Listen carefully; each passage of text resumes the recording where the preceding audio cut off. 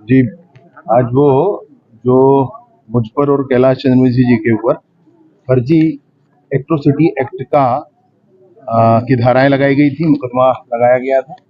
आज उस पर फैसला था और सेशन कोर्ट ने और एट्रोसिटी एक्ट के स्पेशल कोर्ट ने आज हम सबको, मुझे और कैलाश जी को दोष मुक्त किया है। उन्होंने इस बात को बहुत स्पष्टता से माना है कि जो कुछ था वो गरीबों के राशन कार्ड को बनवाने के लिए हम लोग गए थे।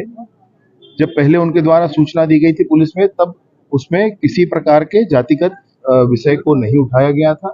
1 महीने बाद फिर से उनको दबाव पूर्वक अलग से आवेदन दिलवाया गया है इन सारे विषयों को लेकर के, और विभिन्न जो वकील साहब लोग ज्यादा अच्छे से समझेंगे इस विषय को, इस बात का निर्णय हुआ।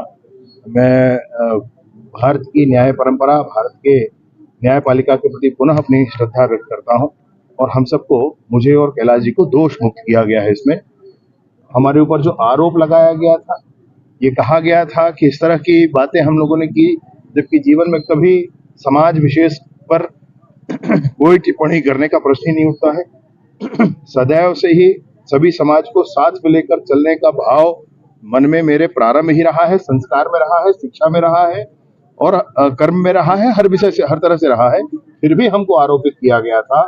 आज न्यायालय ने हमको दोष मुक्त किया है। मैं ईश्वर को बहुत धन्यवाद देता हूँ।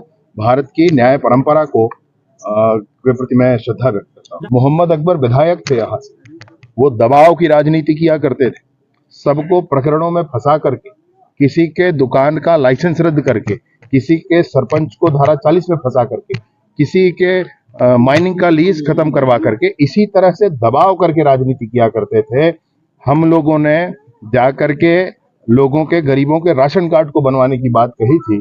उनको ये लगा कि राजनीतिक प्रतिद्वंदिता इन लोगों से प्रारंभ हो जाएगी, ये आगे बढ़ जाएंगे, हमको दबाने की कोशिश की, हमारे ऊपर फर्जी कई मुकदमे करवाए। उसमें से एक ये मुकदमा था जिसमें एट्रोसिटी एक्ट की धाराएं लगी थी।